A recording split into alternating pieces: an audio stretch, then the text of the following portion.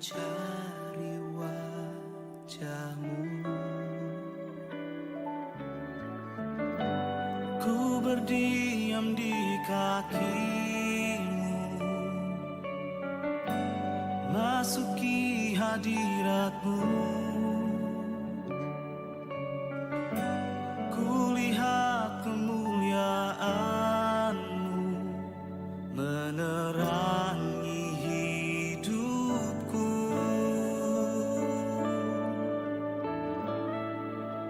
Segala yang ku ingini ku temukan di dalammu.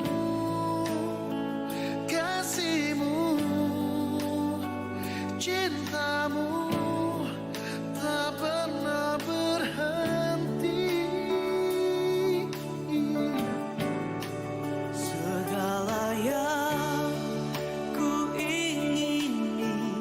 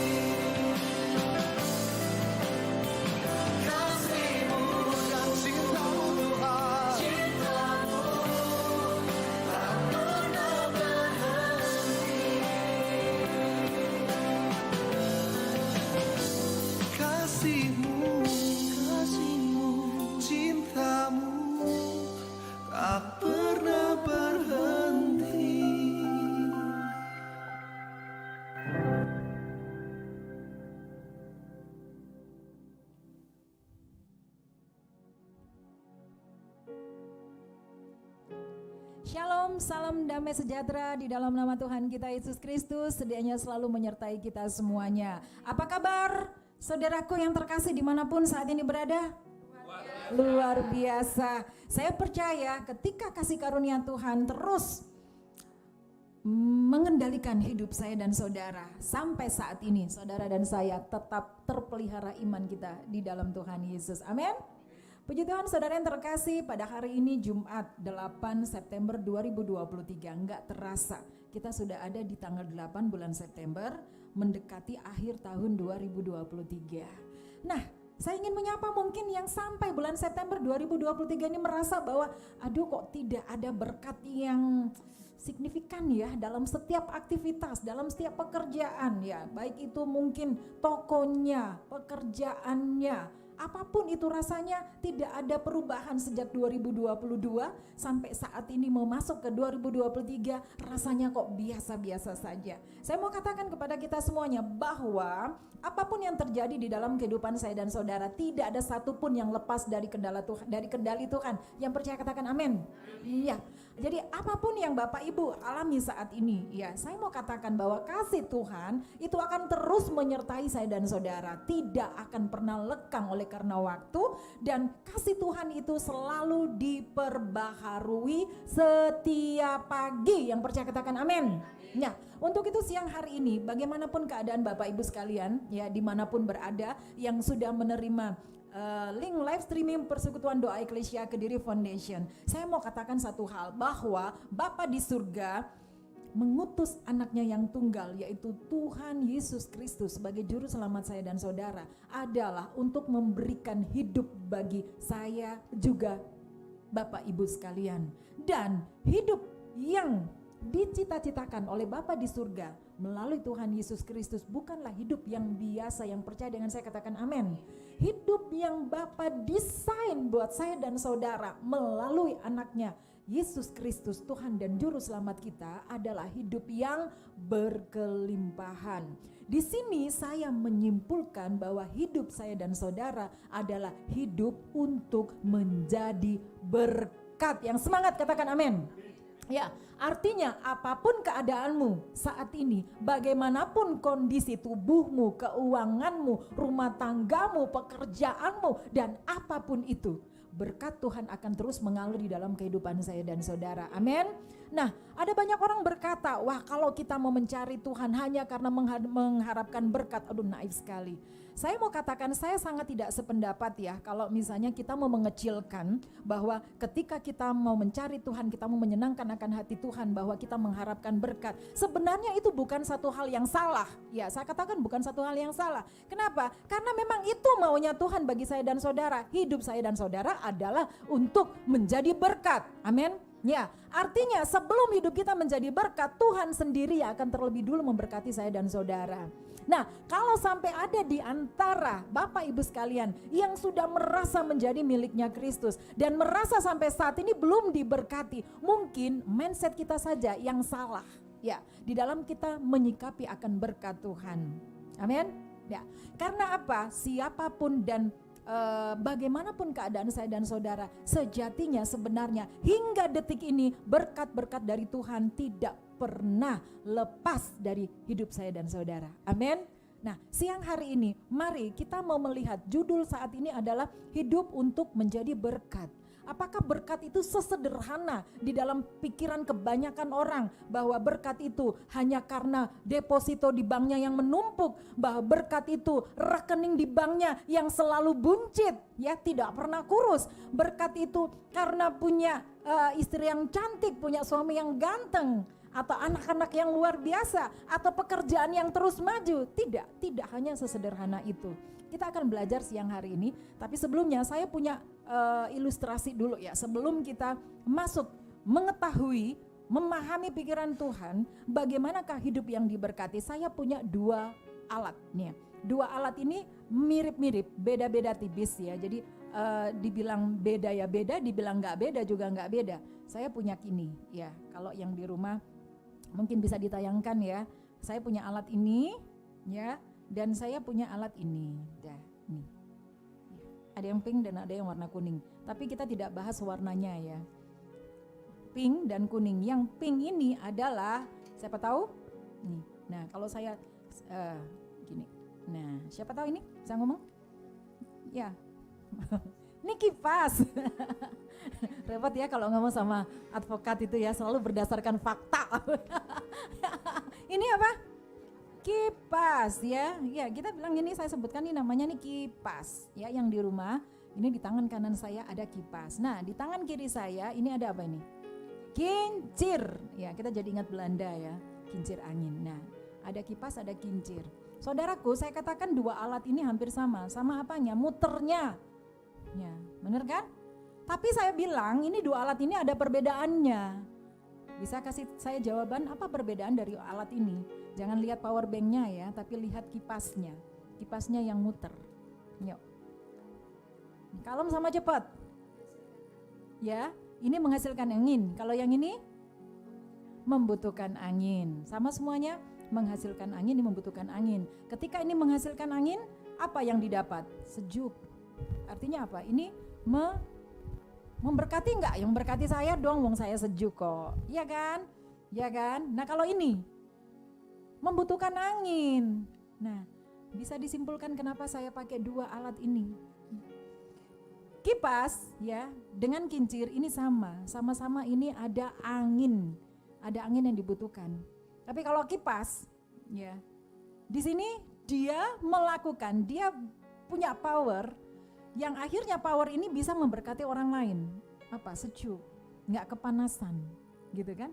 Kincir ini bisa bermanfaat untuk pembangkit tenaga listrik dan lain sebagainya manakala ada angin. Artinya kalau kipas ini dia punya power gitu ya. Tapi kalau yang ini dia membutuhkan dulu. Ya. Apa maknanya? Ya.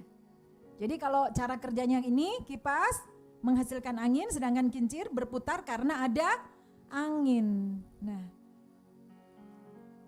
dengan judul kita hari ini, hidup untuk menjadi berkat. Kenapa? Saya mengambil dua alat yang sangat sederhana ini. Mungkin setiap harinya kita selalu lihat ini anak-anak di rumah mungkin suka main-main yang kayak gini nih ya. Ini juga saya bikinnya juga nggak bisa ini. Kalau nggak dibantu sama Kak Maria saya nggak bisa bikin. Ya. Tapi sebenarnya ini filosofinya dalam banget buat saya dan saudara. Udah ya, ini ditaruh dalam benak masing-masing. Sebentar lagi kita akan berimajinasi terkait dengan dua alat ini, saudaraku. Ya, tadi saya sudah katakan bahwa kipas angin berputar untuk menghasilkan angin, sedangkan kincir angin berputar karena ada angin yang berhembus kencang dan menggerakkannya.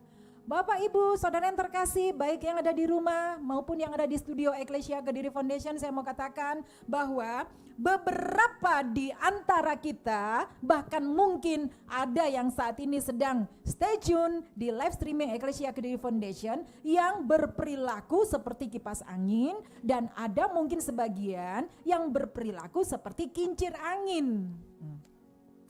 Bagi anak Tuhan yang berperilaku seperti kipas angin tadi saya katakan ya, dia tanpa harus melihat bagaimana keadaannya, itu kipas angin. Dia punya power, ya, dia punya power yang bisa menyegarkan orang lain. Apa powernya di situ? Kalau tadi kipas angin tadi itu ada power bank, itu tadi Pak Agil bilang ada power bank.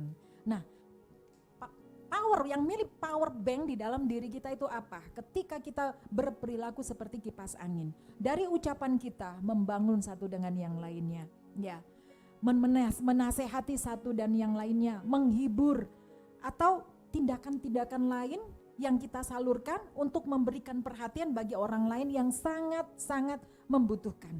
Artinya mereka yang berperilaku seperti kipas angin tadi bergerak dan bertindak sehingga orang yang ada di sekitarnya memperoleh pengaruh yang baik. Nah, kita sudah mulai mengerucut kepada hidup yang menjadi berkat.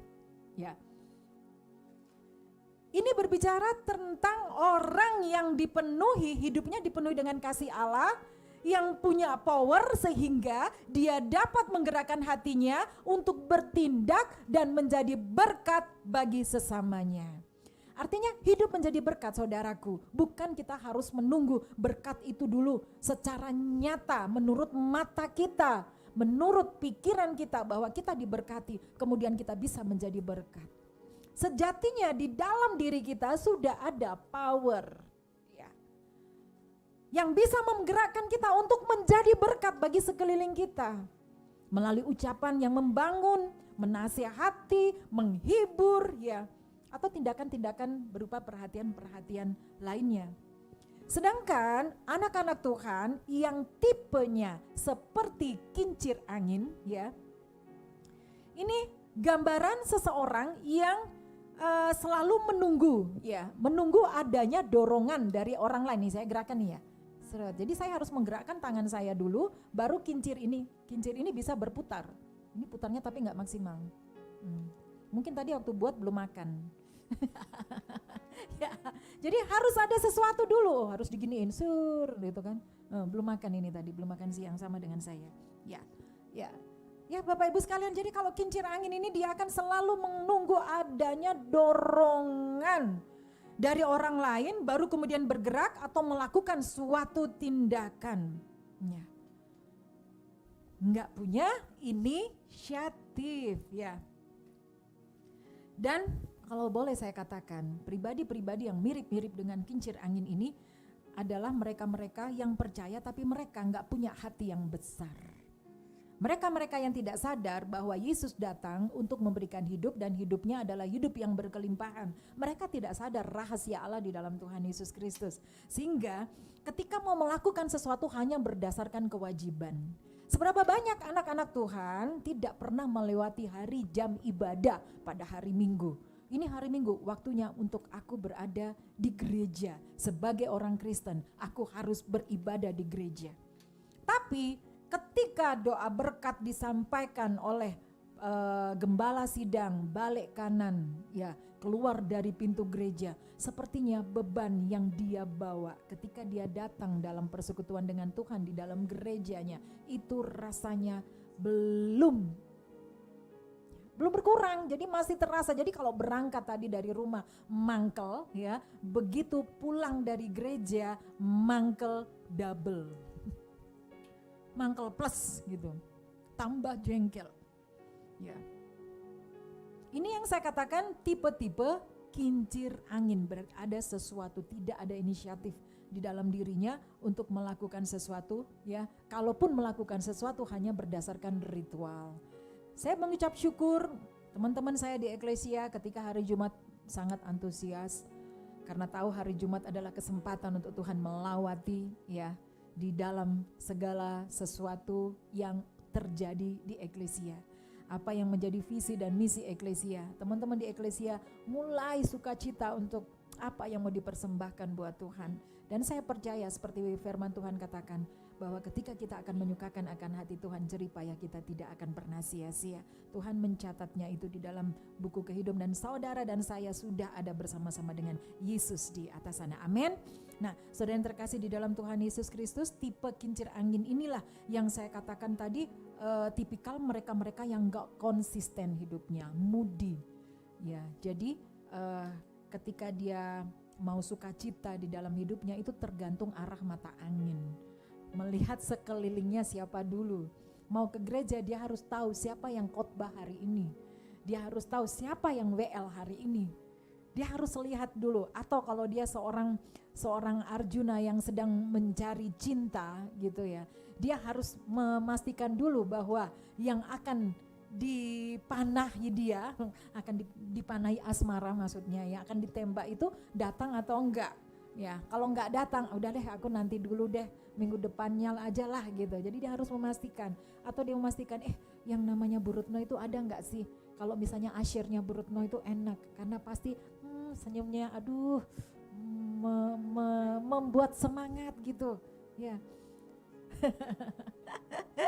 Ini adalah tipe-tipe kincir angin ya, yang selalu ketika akan melakukan sesuatu ada motivasi-motivasi tersendiri yang saya katakan ini jauh dari apa yang dikehendaki oleh Tuhan. Dan jelas kehidupan yang seperti ini saudaraku yang tidak dapat menjadi berkat ya. Kalaupun kelihatan sibuk, mungkin di kantor kelihatan sibuk banget tuh, antusias banget. Wes, Jessica apa ini yang harus dibantu ini, tapi ini di dalamnya siapa yang tahu gitu. Ya. Sibuk, tapi hanya melakukan aksi tanpa isi. Melakukan aksi tanpa isi. Saya berdoa siang hari ini karena saya juga Tuhan izinkan untuk mengevaluasi setiap pelayanan yang saya lakukan dengan ayat-ayat yang akan saya bagikan pada kita semuanya siang hari ini. Aksi tanpa isi, saya sampai malu ya ketika saya menemukan kalimat ini. Dari Senin sampai Sabtu, rasanya saya sampai tidak punya waktu senggang, tidak punya terlalu banyak waktu senggang untuk saya nikmati buat diri saya sendiri. Tapi suatu ketika saya merenung, apakah dalam setiap aksi yang saya lakukan ini benar-benar ada isinya? Artinya, apakah yang saya lakukan ini benar-benar bisa menjadi berkat, bisa sesuai dengan apa yang menjadi kehendak Tuhan. Sehingga ketika saya berdoa, ketika saya mencari hadirat Tuhan, saya ingin Tuhan menjawab apa yang menjadi perenungan saya. Aksi tanpa isi, karena saya tidak mau ya dalam segala hal yang saya lakukan, aksi yang saya lakukan, tapi ternyata kosong, tidak cukup untuk membuat hati Tuhan disenangkan, sehingga pastinya ya saya akan menjalani kehidupan yang sama seperti orang dunia. Saya kepengen hidup saya benar-benar seperti apa yang Tuhan inginkan, apa yang Bapa di surga desain melalui Yesus Kristus, bahwa saya hidup dan hidup saya berkelimpahan. Itu yang saya mau. Sehingga ketika saya masuk pada tahap evaluasi diri, saya bertanya, Tuhan, apakah saya hanya kelebihan aksi tapi enggak punya isi? Mari sama-sama kita berdoa ya. Semoga ya firman Tuhan yang siang hari ini kita akan baca, ini akan menjadi tolok ukur evaluasi bagi saya dan saudara. Apakah kita benar-benar sudah hidup dengan berkat untuk menjadi berkat? Apakah kita hanya kelebihan aksi tapi nyatanya apa yang kita lakukan nol? Aksi tanpa isi. Kita akan baca firman Tuhan siang hari ini di dalam perjanjian baru. Kita akan periksa di dalam 2 Korintus 5 ayat 14 sampai dengan ayatnya yang ke-15. Sebab kasih Kristus yang menguasai kami, karena kami telah mengerti bahwa jika satu orang sudah mati untuk semua orang, maka mereka semua sudah mati. Dan Kristus telah mati untuk semua orang, supaya mereka yang hidup tidak lagi hidup untuk dirinya sendiri, tetapi untuk Dia yang telah mati dan telah dibangkitkan untuk mereka. Amin. Dan Kristus telah mati untuk semua orang berarti saudara dan saya ya, supaya mereka yang hidup tidak lagi hidup untuk dirinya sendiri, tapi untuk Dia yang telah mati dan telah dibangkitkan untuk mereka. Saudara yang kasih di dalam Tuhan Yesus Kristus, pembacaan firman Tuhan mengawali hari ini ya, saya ambil di dalam 2 Korintus 5 ayat 14 dan sampai dengan ayatnya yang ke-15. Ini mengingatkan kita tentang jati diri kita. Ayo, kita garis bawahi ya, khususnya di ayatnya yang ke-15. Dan Kristus telah mati untuk semua orang supaya mereka yang hidup tidak lagi hidup untuk dirinya. Garis bawahi, tidak lagi hidup untuk dirinya. Ya, bahwa ketika kita telah diperdamaikan dengan Allah oleh karena pengorbanan Yesus Kristus melalui karya salib, maka hidup saya dan saudara bukan lagi untuk diri kita sendiri, akan tetapi hidup kita adalah untuk Dia. Ya. Hidup saya dan saudara adalah untuk melakukan kehendak Bapa di surga. Amin. Ya, sekali lagi saya mau katakan bahwa hidup saya dan saudara adalah untuk melakukan kehendak Bapa di surga. Sebab ketika kita hidup di dalam Kristus, saudara dan saya adalah ciptaan yang baru. Ya. Saudara dan saya adalah ciptaan yang baru. Segala sesuatu yang lama itu sudah berlalu ketika Yesus disalib dan kita mengimani itu dengan kepercayaan kita yang sungguh. Sehingga pada siang hari ini, bagaimana supaya kita mengetahui bahwa hidup kita ini adalah karena berkat Tuhan untuk menjadi berkat, kita harus lebih dulu mengetahui apa sejatinya yang menjadi kehendak Bapa di surga bagi saya dan saudara. Kita akan lanjutkan pembacaan firman Tuhan di dalam Yohanes 15 ayatnya yang ke-16. Bukan kamu yang memilih aku, tetapi akulah yang memilih kamu, dan aku telah menetapkan kamu, supaya kamu pergi dan menghasilkan buah, dan buahmu itu tetap, supaya apa yang kamu minta kepada Bapa dalam namaku, diberikannya kepadamu. Amin. Ya, ini adalah kehendak Tuhan bagi saya dan saudara. Dan aku telah menetapkan kamu. Ini satu hal yang harus saudara dan saya ketahui. Bukan kita yang pilih. Bukan kita yang memposisikan diri kita berada di dalam jalannya Tuhan. Amin. Tapi Tuhan sendirilah yang telah menetapkan saya dan saudara. Untuk apa? Supaya kita pergi dan menghasilkan buah. Pergi. Saudara dan saya tidak boleh berada dalam zona nyaman. Amin. Ya. Saudara dan saya harus melakukan sesuatu, ini yang Tuhan mau. Amin. Harus melakukan sesuatu. Jadi seperti apa tadi ilustrasinya? Seperti kipas angin. Ada powernya apa? Kuasanya Tuhan. Kuasanya Yesus bagi saya dan saudara, kuasa kebangkitan, kuasa yang telah membuat Yesus Kristus bangkit di antara orang mati. Ketika kita percaya, kuasa yang sama itu pula yang diberikan bagi saya dan saudara. Ini adalah power saya dan saudara yang percaya, katakan amin. Nah, dengan power ini Tuhan kepengen kita pergi. Jadi gak boleh kita santai-santai, amin. Ya. Gak boleh kita berleha-leha, gak boleh kita nyaman berada di zona nyaman. Kita harus melakukan sesuatu. Apa yang firman Tuhan katakan? Pergi untuk apa? Menghasilkan buah. Amin. Menghasilkan buah. Enggak berhenti sampai di situ saja. Kehendak Bapa di surga buat saya dan saudara menghasilkan buah, dan buah itu tetap. Ya. Segala sesuatu yang kita lakukan seperti apa yang terjadi pada kipas angin tadi, itu harus dilakukan konsisten. Tetap itu berbicara konsisten. Jangan hanya berpikir bahwa saat ini aku punya berkat, aku mau melayani Tuhan, aku punya berkat, aku mau senyum sama setiap orang, aku punya berkat, aku mau menyenangkan hati orang. Tidak. Karena segala sesuatu yang kita lakukan, hidup kita menjadi berkat bukan karena kita mampu melakukan segala sesuatu. Amin. Ya. Bahwa sejatinya Tuhan yang telah menetapkan saya dan saudara untuk menghasilkan buah, dan buah itu tetap. Banyak orang ketika dia berbicara begini, saya sudah berdoa, saya sudah meminta, tapi rasanya apa yang saya doakan sampai sekarang ini belum bisa aku terima. Aku belum merasakan kenikmatan hidup yang sebenarnya seperti orang-orang yang ada di sono. Ketika ada yang bertanya sama saya, kenapa ini bisa terjadi? Saya bilang, minta di dalam nama Tuhan Yesus. Sudah. Setiap pagi sudah berdoa di dalam nama Tuhan Yesus. Aku naik jabatan, aku naik pangkat.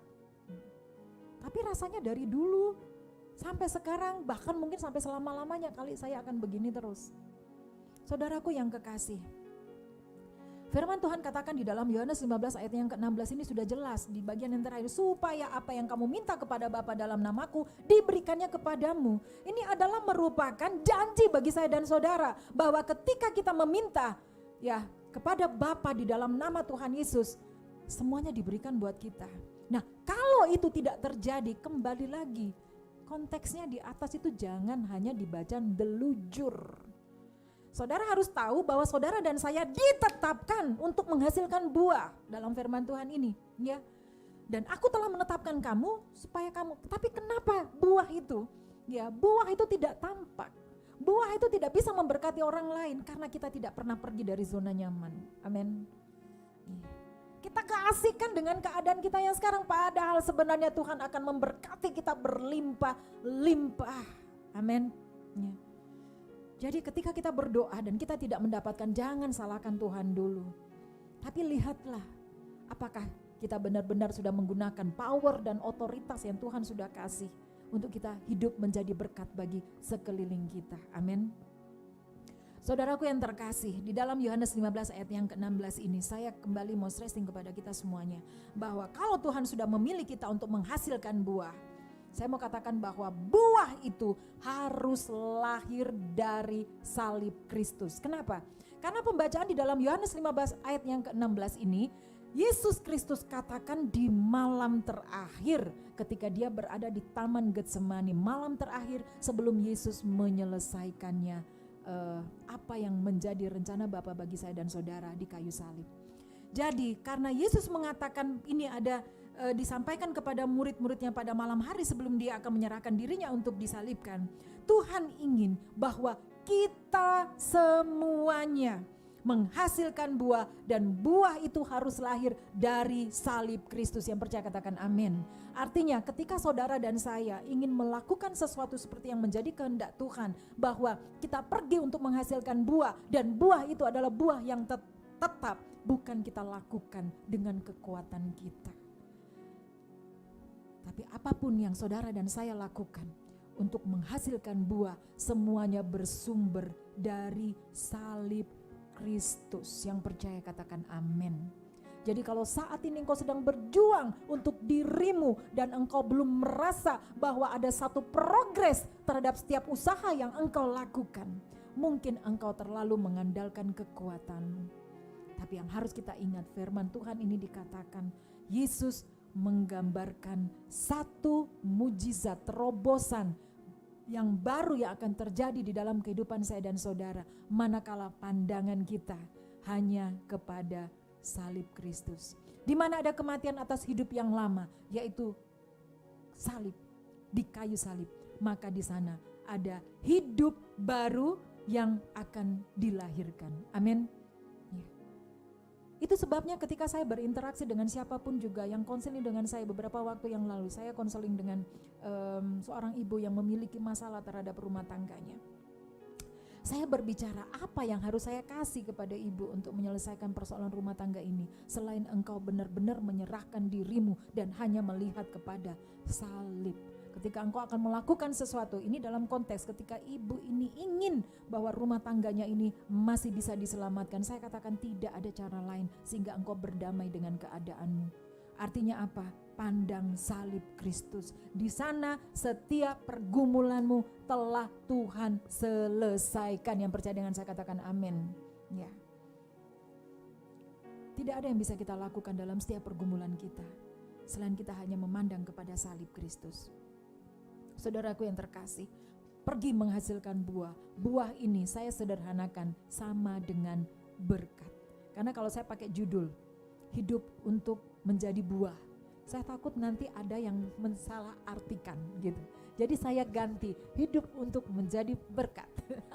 Iya kan, bisa salah ya kalau saya bilang hidup untuk menjadi buah. Tapi buah ini adalah berbicara berkat. Kita sepakat dulu ya. Sepakat ya dengan saya bahwa buah ini adalah berkat bagi saya dan saudara. Makna berkat seperti yang sudah saya katakan di awal tadi tidak sesimpel ya pengertian kebanyakan orang belakangan ini, bahwa berkat itu identik dengan tumpukan deposito gitu ya, numpuk toh, isinya ada apa nggak tahu. Atau rekening yang buncit kayak rekeningnya Pak Agil itu nggak pernah nggak buncit terus ya. Ya. Artinya saya katakan bahwa berkat ini tidak hanya sekedar pemenuhan kebutuhan kedagingan kita ya, jasmani kita saja. Tapi berkat-berkat ini adalah sesuatu yang universal. Ya. Kalau kita hanya melihat bahwa berkat itu hanya sebatas dari kebutuhan jasmani saja, saya yakin saudara dan saya tidak akan pernah merasakan betapa nikmatnya ada di dalam kasih karunia Tuhan. Amin. Nah, di dalam pembacaan Yohanes 15 ayat 16 tadi diawali dengan bukan kamu yang memilih aku. Saudaraku, mengapa kita dipilih? Jawabannya jelas, supaya kita menghasilkan buah. Tapi saya mau katakan, buah di sini bukan hanya sembarang buah, apalagi buah-buah karbitan, tidak ya. Buah yang dimaksud dalam firman Tuhan ini adalah buah yang benar-benar sesuai dengan karakteristik Allah kita, ya. Yang menyediakan catatan boleh mencatat supaya nanti dikirain buah mangga podang, ya, buah anggur, enggak ya. Ini kita boleh mencatat ya bahwa ada 3 hal menjadi buah yang dimaksudkan di dalam Yohanes 15 ayat yang ke-6. Pertama, buah yang tetap, buah yang kekal. Apa maknanya? Saudaraku, untuk bisa menghasilkan buah yang kekal, maka hal yang pertama, kita sendiri harus menjadi buah dari apa yang sudah dilakukan Tuhan Yesus. Yang sepakat dengan saya katakan amin. Ya. Semua buah yang ada di dunia ini, yang ada di swalayan, yang ada di pasar tradisional, semuanya pasti ada expirednya, ya kan? Apa kalau buah, kalau misalnya di pasar ini bosok, busuk, ya berarti artinya itu sudah kadaluarsa, udah nggak bisa kita gunakan. Nah, terus buah yang tidak ada kadaluarsanya, yang tidak pernah busuk itu buah yang bagaimana? Buah yang kekal. Nah, seperti apa yang firman Tuhan katakan tadi, buah yang kekal, yang tidak ada kadaluarsanya, yang everlasting, ya, yang abadi. Nah, firman Tuhan katakan ini di dalam Yohanes 15 ayat yang ke-16 bahwa kita adalah buah yang tetap dan kekal dari Tuhan. Ini firman Tuhan sudah jelas-jelas, sehingga saya minta teman-teman semuanya agar menggarisbawahi bahwa hidup kita di Eklesia Kediri Foundation, hidup semua teman-teman yang ada di Eklesia memiliki buah, dan buah itu adalah buah yang tetap. Yang percaya katakan amin. Ya, buah yang kekal dari Tuhan karena kita dihasilkan dari salib Kristus. Artinya selama kehidupan kita di bumi ini, bahkan nanti dalam kekekalan, saudara dan saya tetap menjadi milik Kristus. Yang percaya katakan amin. Ya. Jadi kasih Kristus itu tidak akan lekang karena waktu. Berkat itu tidak akan hilang karena sesuatu, karena kesalahan kita, karena kita berlaku tidak setia. No. Ya. Itu tetap bagi saya dan saudara. Amin. Nah, kalau sampai ada yang bilang bahwa dia tidak bisa menikmati, saya katakan mindsetnya mungkin yang kurang pengurapan Roh Kudus. Amin. Sehingga melalui kehidupan saya dan saudara, ya, banyak orang di sekitar kita akan menikmati berkat melalui Eklesia Kediri Foundation. Amin. Diselamatkan, ya, diberkati, ya. Kenapa? Karena Yohanes 15 ayat 16, saudara dan saya adalah buah yang tetap, buah yang kekal. Kenapa bisa begitu? Yes, karena kematian dan kebangkitan Tuhan Yesus yang sudah membebaskan saudara dan saya dari maut. Maut berbicara apa sih? Kegagalan, keputusasaan, segala sesuatu yang sering lahir dari dunia. Itu sama pengertiannya dengan maut. Jadi bukan hanya sesimpel itu, oh mati gitu, tidak. Ya. Kematian dan kebangkitan Yesus sangat-sangat berpengaruh bagi saya dan saudara. Saudara dan saya memiliki kekekalan dan itu tetap, amin. Tidak akan ada pertukaran oleh apapun juga. Itu yang firman Tuhan katakan. Yang sudah dia berikan, yang sudah dia sediakan bagi saya dan saudara tidak akan tertukar oleh apapun juga. Mari kita praktikan ya di dalam Efesus 4 ayat 8 sampai dengan ayatnya yang ke-10.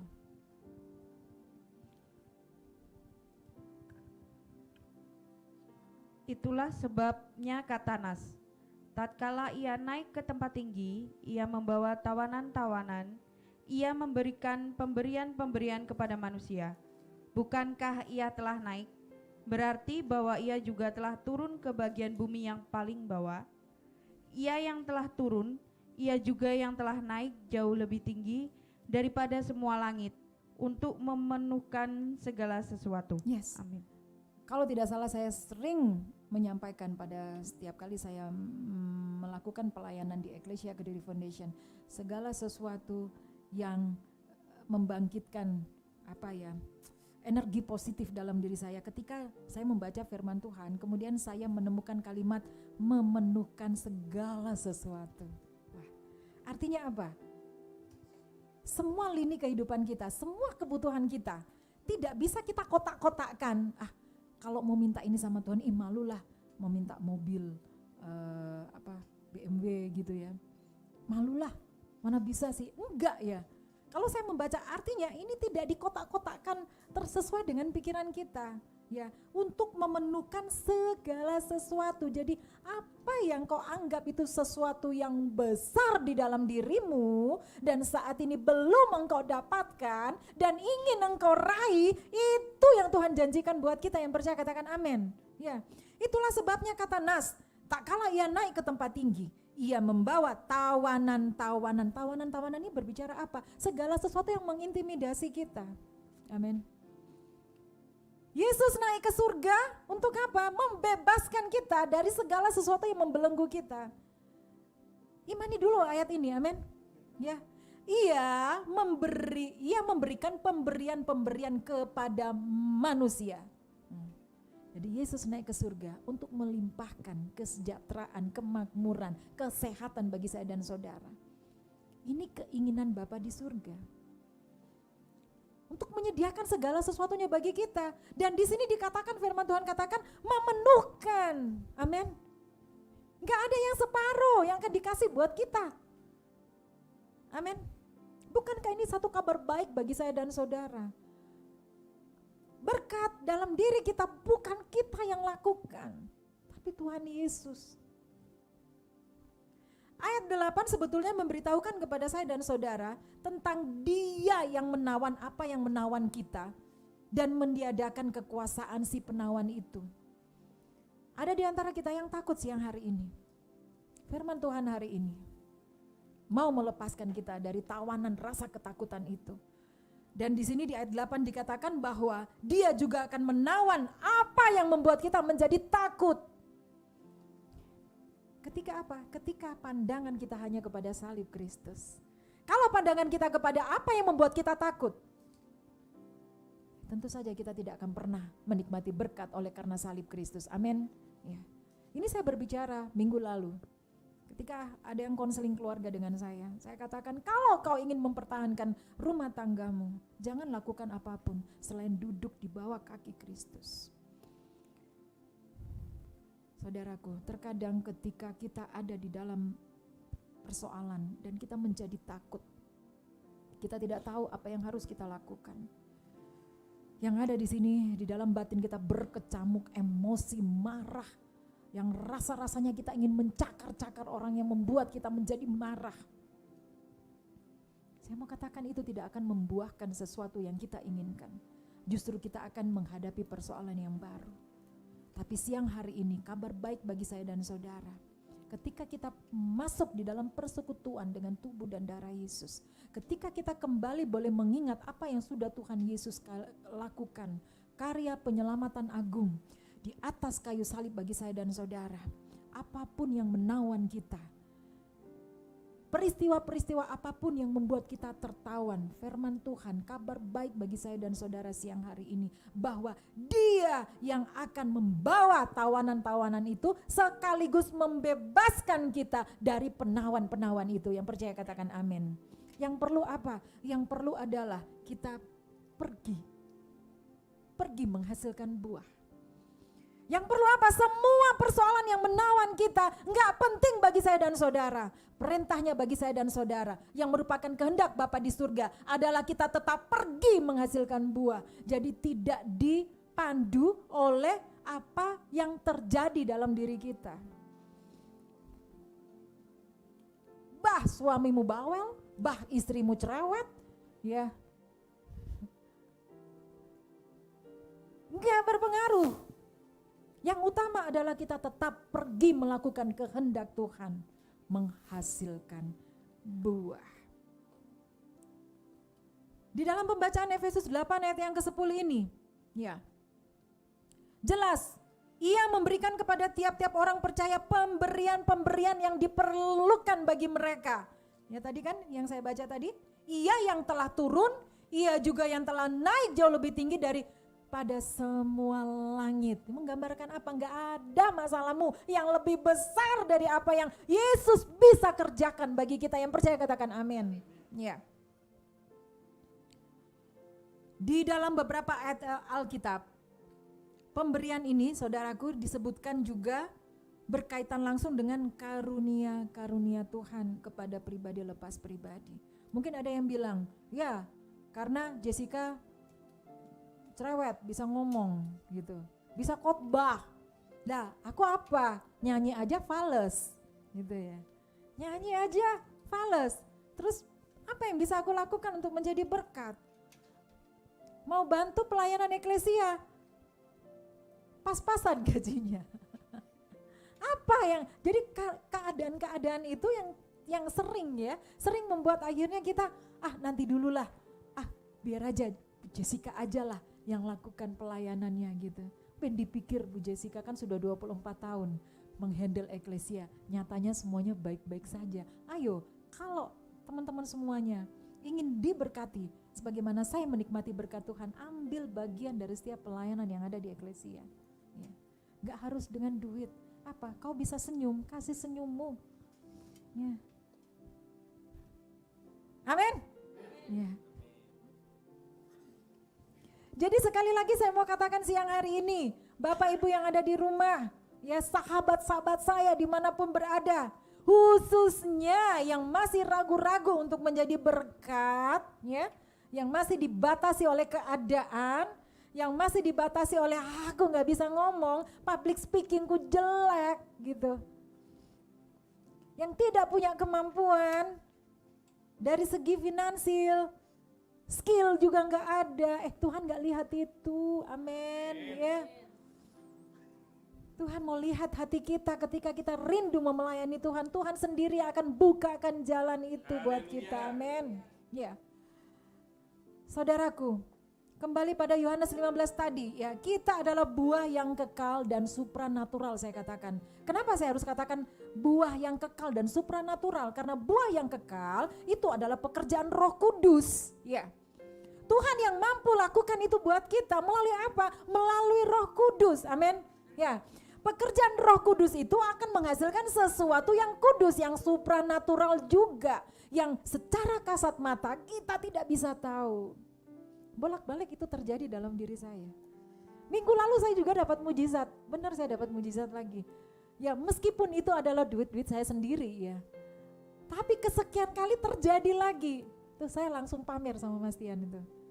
Tapi memang itu terjadi, tiba-tiba saja di dalam tas saya ada uang 10 juta, saya nggak tahu uang dari mana. Meskipun itu uang saya sendiri gitu. Di saat yang tepat ketika saya harus memberkati orang, ya kerinduan saya untuk memberkati orang, ternyata ada lagi dan ini sudah yang kedua kali itu. Saya nggak mau berpikir yang aneh-aneh gitu ya, karena saya tahu itu memang punya saya, dulunya disimpan sama Tuhan supaya pada saatnya saya akan memberkati orang lain, ya itu langsung muncul nih waktunya Tuhan, amin. Jadi Tuhan minta kita untuk apa? Pergi gitu aja, lakukan saja, pergi.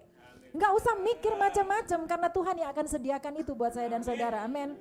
Niatnya untuk melayani Tuhan itu aja. Saya nggak tahu waktu itu apa ya.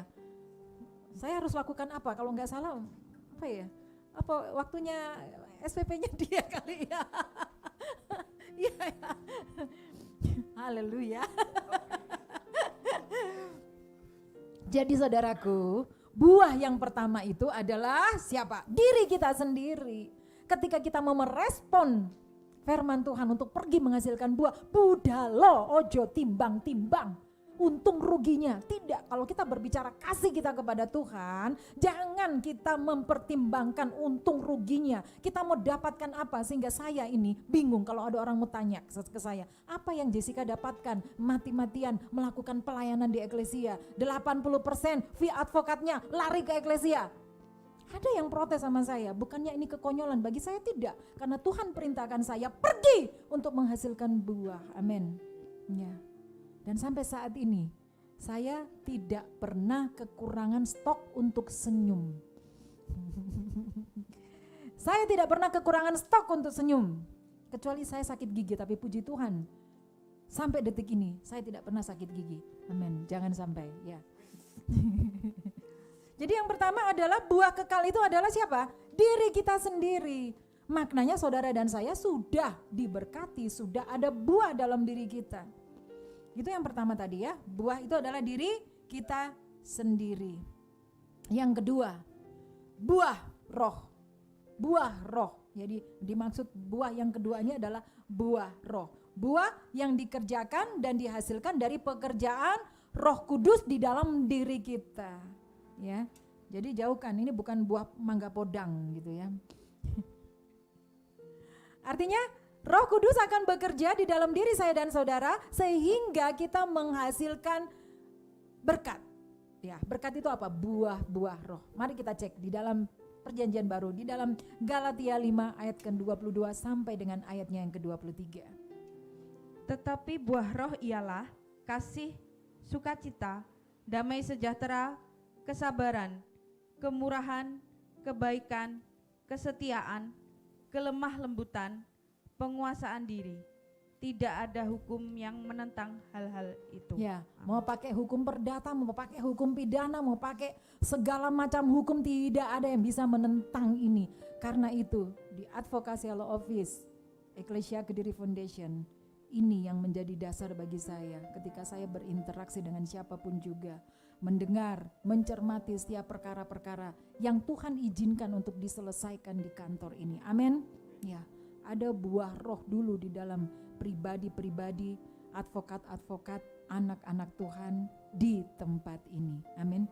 Buah-buah roh ini saudaraku tidak dihasilkan dari daging, tapi semata-mata merupakan karya dari Roh Kudus yang supranatural tadi yang saya katakan. Nah, di dalam dan melalui kita buah yang kekal ini akan dikerjakan oleh Roh Kudus sehingga memberikan kekuatan ya bagi saudara dan saya untuk hidup berkemenangan. Amin. Kasih, sukacita, damai sejahtera, kesabaran, kemurahan, kebaikan, kesetiaan. Inilah yang dikatakan buah.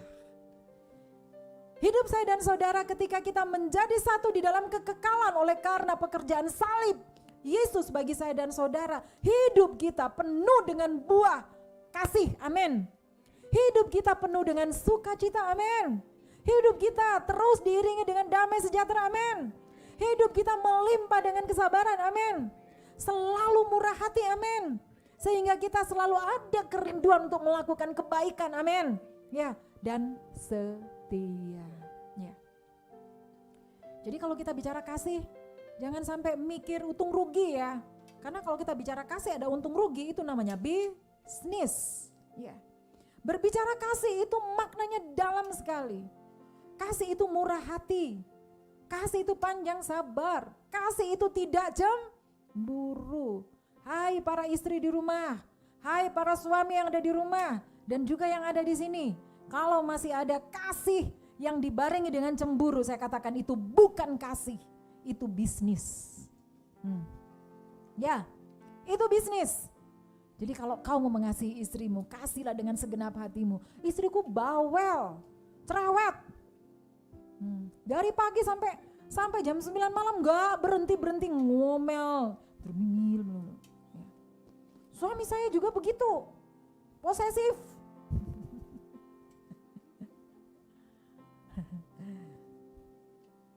Haleluya, saya tidak pernah lagi menikmati hal yang seperti itu. Ya, jadi kembali lagi ketika kita ada kasih yang ada di dalam diri kita adalah murah hati, ya. Segala kebaikan-kebaikan kita lakukan karena kita menyadari bahwa hidup kita lebih dulu Tuhan yang mengasihi kita tanpa syarat apapun juga. Saudara dan saya sudah ditebus dengan harga yang mahal tanpa harus melihat, Jessica apakah kau setia? Tidak. Yang dibutuhkan hanya ketika kita percaya dengan segenap hati. Kita mengaku dengan mulut kita, kita percaya dengan hatinya bahwa Yesus Kristus adalah Tuhan kita. Kasih itu sudah berlaku bagi segala lini kehidupan kita. Yang percaya katakan amin. Enak kan kalau kita mengenal akan kasih Tuhan? Ya. Saudaraku yang terkasih, pada waktu kita menerima, kita percaya Tuhan Yesus, ada pertobatan dan kita menjadi buah Tuhan Yesus, maka di saat yang sama, sekali lagi saya mau katakan, Roh Tuhan bekerja di dalam lini kehidupan saya dan saudara. Dan saat itu juga hidup kita sudah menghasilkan buah yang ada di Galatia 5 ayat 22-23 tadi. Ya. Jadi bukan berarti kita mau menjadi berkat, kita harus kumpulin dulu deposito bertumpuk-tumpuk ya. Kita harus buat dulu buncit per buncit itu rekening kita, tidak ya. Perutnya aja yang dibuncitin. Itu artinya makmur. Artinya apa saudaraku? Kalau Tuhan memilih kita, Yohanes 15 tadi, itu berarti Tuhan juga menjamin kita, yang percaya katakan amin. Ya, karena Tuhan mengenal hidup kita satu persatu, amin. Kalau kita adalah buah dari Tuhan Yesus, maka ya, kita sudah tahu ya, kalau buah kita adalah dari Tuhan Yesus, artinya saat ini saudara dan saya harus pergi. Siapa yang masih berada di zona nyaman siang hari ini? Siapa yang masih leha-leha siang hari ini? Ya. Firman Tuhan meminta kita untuk kita pergi menghasilkan buah. Ya. Jadi kalau nggak pergi, buah itu nggak bisa kita nikmatin. Buah itu sudah ada ketika kita percaya Tuhan Yesus. Tapi tidak akan bisa kita nikmati bahwa berkat itu ada, buah itu ada ketika kita tidak pergi untuk terus menghasilkan buah. Apa? Menjadi berkat. Jadi inilah yang menjadi dasar pelayanan Jessica di Eklesia. Kerinduan saya, berkat yang Tuhan sudah kasih itu setiap hari. Saya masih tidur pun Tuhan kerjakan berkat buat saya. Saya akan menikmati itu ketika saya terus pergi. Artinya saya terus melakukan. Aksi saya tidak boleh kosong. Aksi saya tidak boleh tidak ada isinya. Aksi saya harus ada isinya, yaitu apa? Kebaikan, kesetiaan, ya kan? Kemurahan. Nah itu yang harus ada. Itulah dasar pelayanan di Eklesia Kediri Foundation. Amin. Yang ketiga, apa? Tadi yang pertama, buah itu adalah diri kita sendiri. Buah yang kekal itu adalah diri kita sendiri karena kita sudah menjadi bagian dari kematian dan kebangkitan Tuhan Yesus. Yang kedua, apa tadi? Buah roh, ya. Jadi pekerjaan ketika kita pergi menghasilkan buah, ya, roh yang akan bekerja bagi saya dan saudara, sehingga yang dihasilkan adalah sesuatu yang supranatural, ya.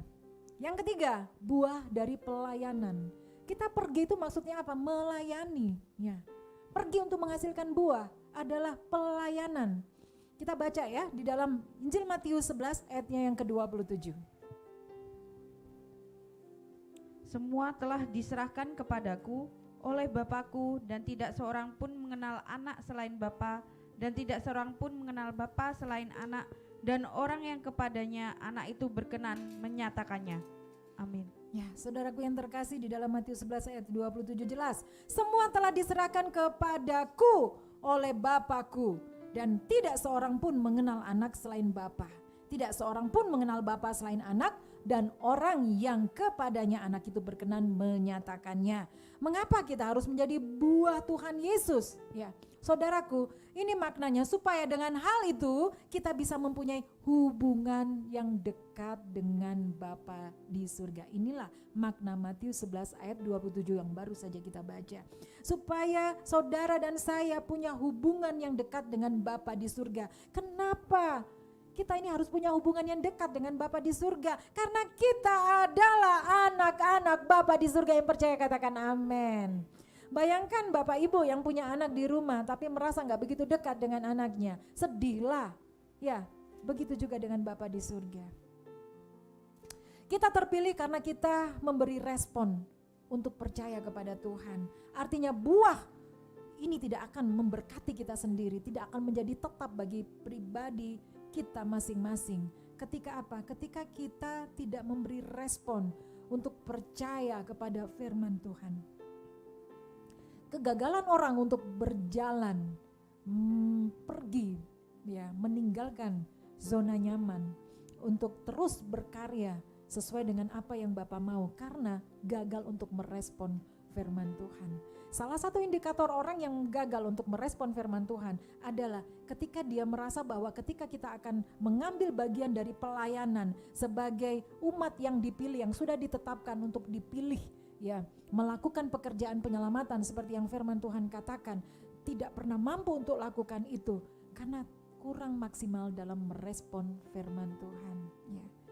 Karena ada yang bilang pelayanan itu juga butuh finansil. Saya nggak bilang pelayanan itu nggak perlu, sangat perlu, tapi nggak penting bagi orang percaya. Amin. Ya. Duit itu perlu, tapi nggak penting bagi kita yang sudah menggantungkan harapan kita kepada salib Kristus. Amin. Di dalam Filipi 4 di sana sudah dikatakan bahwa Allahku akan mencukupkan segala, ya kan? Allahku akan mencukupkan segala keperluanku. Gak dibatasi hanya keperluan istrimu, keperluan suamimu, tidak, ya, anak-anakmu tidak, tapi segala keperluanmu gak dibatasi hanya pada keperluan rumah tanggamu, keperluan pelayananmu, semuanya, keperluan untuk kesehatanmu, masa depanmu. Karena di situ firman Tuhan katakan segala keperluanmu. Dan bukan kita mendapatkan itu dengan kekuatan kita, karena kelanjutannya di dalam Filipi 4 di situ jelas dikatakan Allahku akan mencukupkan segala keperluanku menurut kekayaannya. Jadi bukan karena kita pagi harus bangun ya jam 5 pagi terus tidur lagi jam 12 malam, jam 5 pagi kita banting tulang, remuk lah kalau tulang itu dibanting. Ya, terus ada lagi kalimatnya, kepala di kaki, kaki di kepala. Bagaimana bisa jalan? Itu kadang-kadang ya kosakata anak-anak Tuhan itu harus mulai diubahkan ya dengan firman Tuhan. Jangan pakai kosakata orang-orang yang tidak mengerti kasih karunia. Kaki di kepala, kepala di kaki. Apa bisa jalan? Makanya kalau tidak pernah mendapatkan berkat ya wajar, karena memang perkataannya demikian. Amin. Bagaimana kepala bisa jalan? Gak bisa. Inilah kekonyolan-kekonyolan yang sering terjadi. Jadi firman Tuhan itu akan terjadi di dalam kehidupan saya dan saudara kalau kita respon untuk percaya kepada Tuhan, ya, kepada firman Tuhan. Ayo kita cek di dalam Roma 2 ayat 4 sampai dengan ayatnya yang ke-6. Maukah engkau menganggap sepi kekayaan kemurahannya, kesabarannya, dan kelapangan hatinya? Tidakkah engkau tahu bahwa maksud kemurahan Allah ialah menuntun engkau kepada pertobatan? Yes, yang ini dulu ya, ini dulu. Tidakkah engkau tahu bahwa maksud kemurahan Allah, ya, maksud kasih karunia Tuhan Bapa di surga bagi saya dan saudara adalah menuntun kita kepada pertobatan. Ya. Jadi kita mau berada di dalam firman Tuhan, kita mau merespon firman Tuhan. Kalau kita lakukan dengan kekuatan kita, tidak akan terjadi. Artinya apa? Roh Allah yang harus bekerja. Amin. Ya. Bahwa maksud kemurahan Allah ialah menuntun engkau kepada pertobatan, ayat yang ke-6.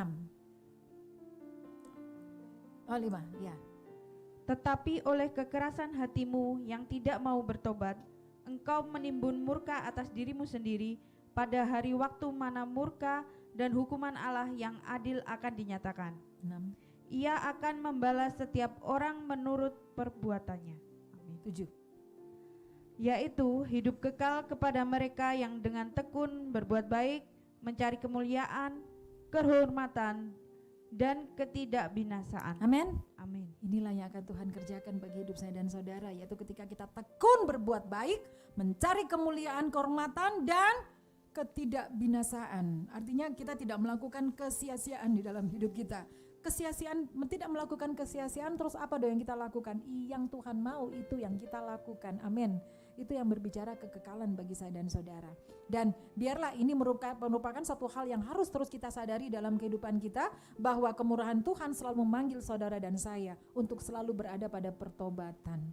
Artinya jangan merasa engkau diintimidasi lagi dengan segala kekuranganmu, segala ketidakberdayaanmu. Yang percaya katakan amin.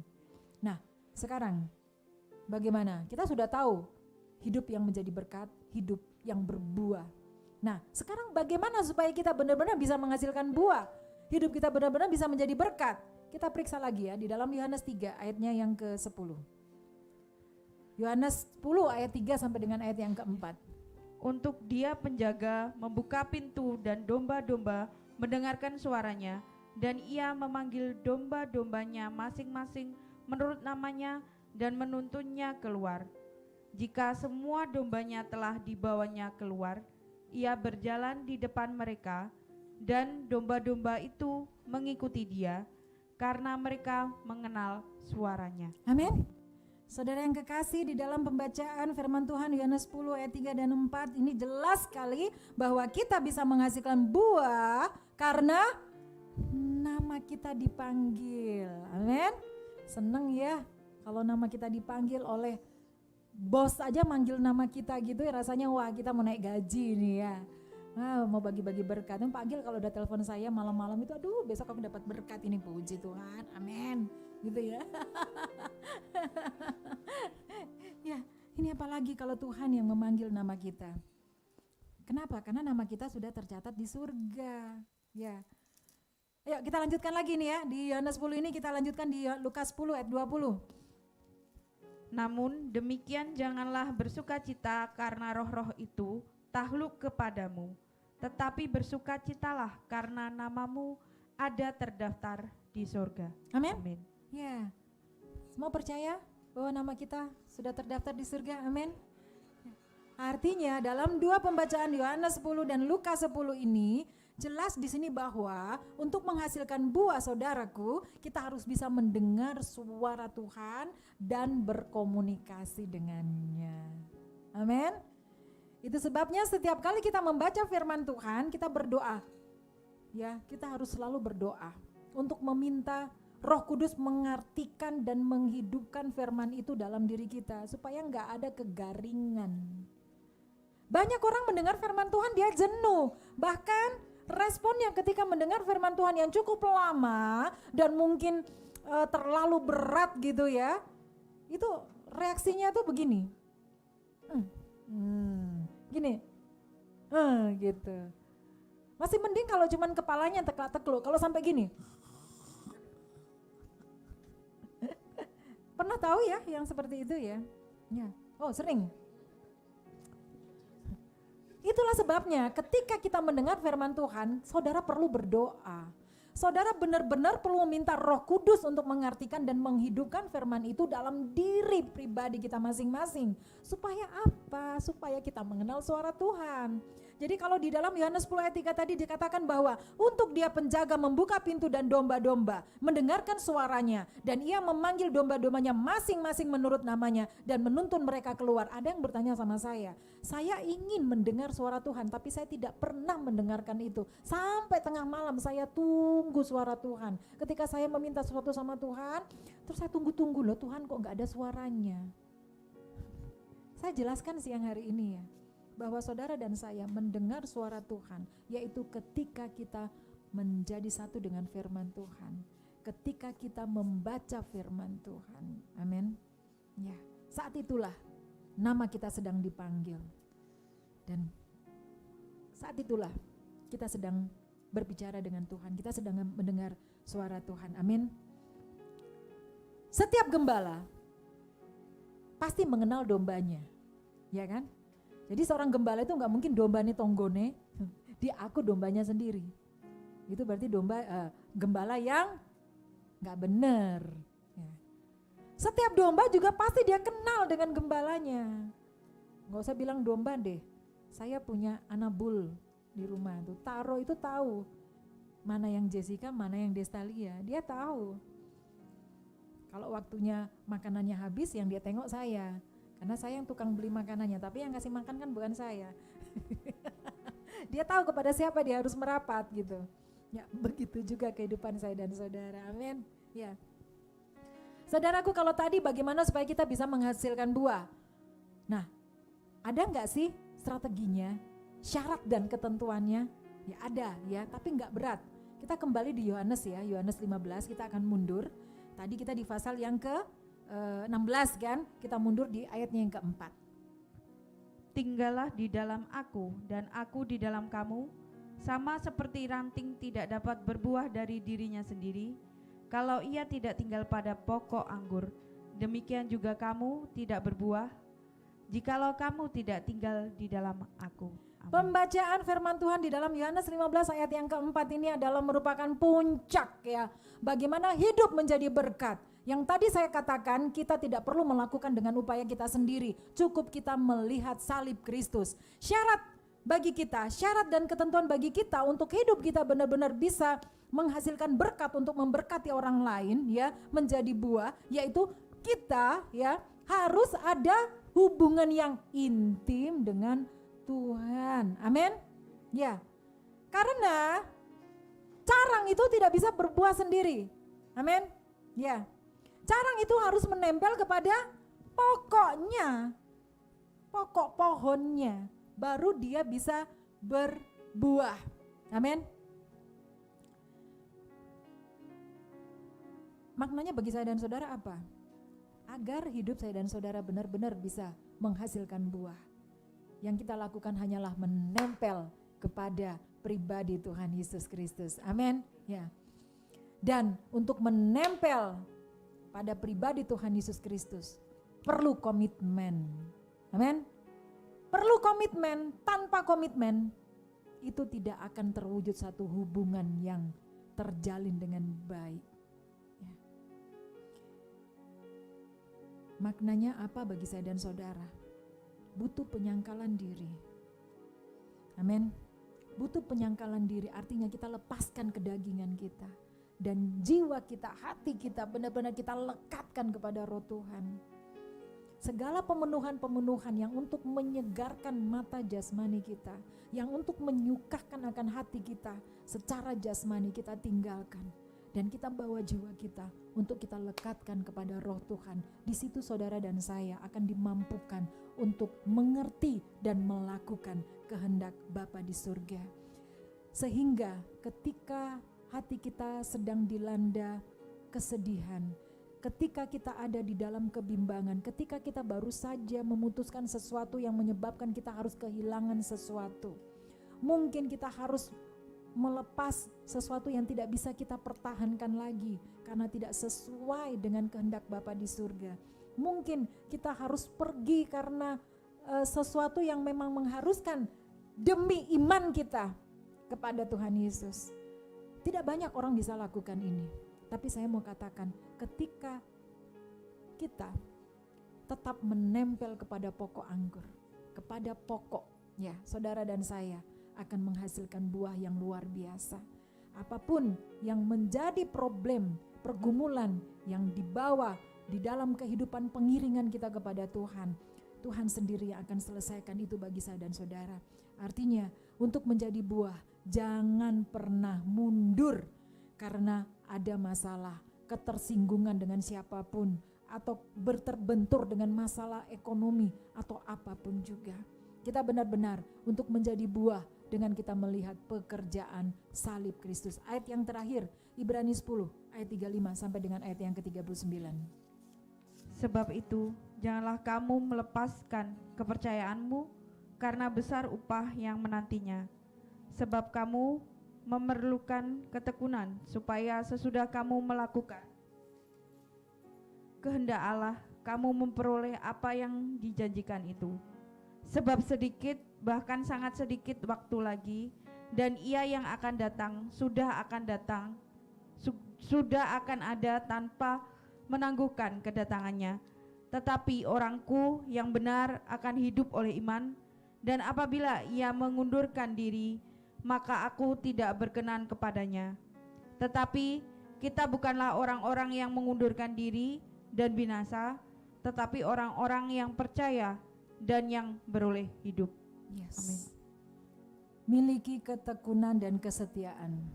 Bangun hubungan dengan Tuhan, karena sedikit lagi apa yang dijanjikan pasti digenapi bagi saya dan saudara. Amin. Tuhan ingin memakai hidup saya dan saudara lebih dari apa yang kita mampu doakan ataupun kita pikirkan. Amin. Sebab itu menutup persekutuan doa Eklesia Kediri Foundation siang hari ini, saya mau memacu semangat setiap pribadi yang sudah merespon firman Tuhan. Jangan mundur dan tawar hati. Karena firman Tuhan tadi sudah jelas mengatakan, orang benar hidup oleh iman dan dia tidak akan pernah mengundurkan diri. Pergi untuk menghasilkan buah, dan buah itu tetap bagi saya dan saudara. Terima firman Tuhan siang hari ini. Saya berdoa kita semuanya benar-benar diberkati untuk benar-benar hidup kita ini menjadi berkat bagi sekeliling kita. Bukan menjadi berkat karena apa yang mampu kita lakukan, tapi Tuhan Yesuslah yang lakukan bagi saya dan saudara. Kita tutup Alkitab kita masing-masing dan mari bersama kita mengucap syukur oleh karena firman Tuhan.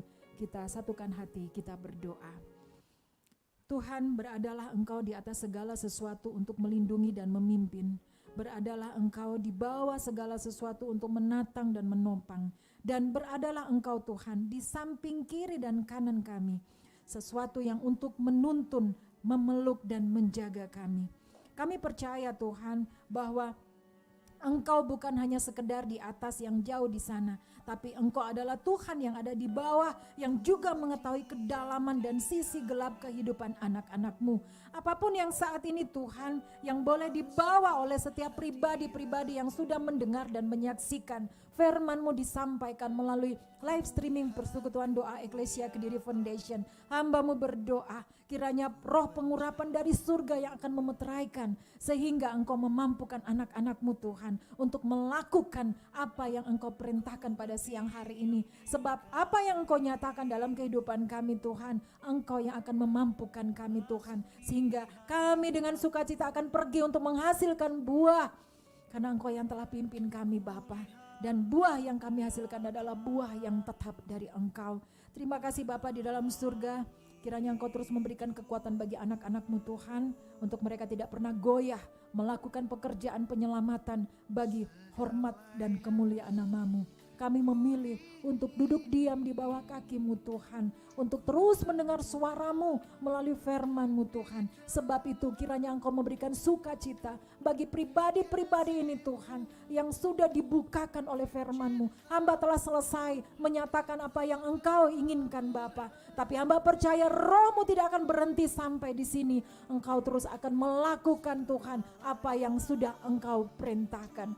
Terima kasih Bapa di dalam surga, memberkati Eklesia Kediri Foundation di dalam pelayanannya Tuhan, kerinduannya Tuhan untuk terus menjadi buah bagi hormat dan kemuliaan nama-Mu. Kiranya Engkau terus yang akan memampukan pribadi-pribadi, setiap tim sumber daya yang ada di Eklesia Kediri Foundation, sehingga roh mereka selalu diperbaharui untuk melakukan pekerjaan baik, karena Engkau Tuhan yang turut bekerja untuk mendatangkan kebaikan. Terima kasih Bapa di dalam surga. Kami persembahkan hidup kami Tuhan di Eklesia Kediri Foundation untuk menjadi berkat bagi kemuliaan nama-Mu. Terpujilah nama-Mu Bapa. Di dalam nama Tuhan Yesus Kristus kami sudah berdoa dan mengucap syukur. Mari semua yang percaya, yang sudah diberkati oleh firman Tuhan, sama-sama kita katakan amin. Demikian penyampaian firman Tuhan siang hari ini. Saya berdoa ini boleh menjadi berkat bagi kita semuanya, boleh membuat iman percaya kita semakin bertambah-tambah untuk kita semakin mengasihi Tuhan, karena percayalah Tuhan Yesus yang terlebih dahulu mengasihi saya dan saudara, sehingga apapun yang menjadi pergumulan kita, kerinduan kita untuk menjadi berkat, Dia sendiri akan melakukan bagi hidup saya dan saudara. Sampai di sini pertemuan kita akan bertemu kembali minggu depan dalam suasana yang lebih menyenangkan, di dalam terus penyertaan dan perlindungan daripada Tuhan Yesus. Selamat siang, Tuhan Yesus memberkati kita sekalian. Amin.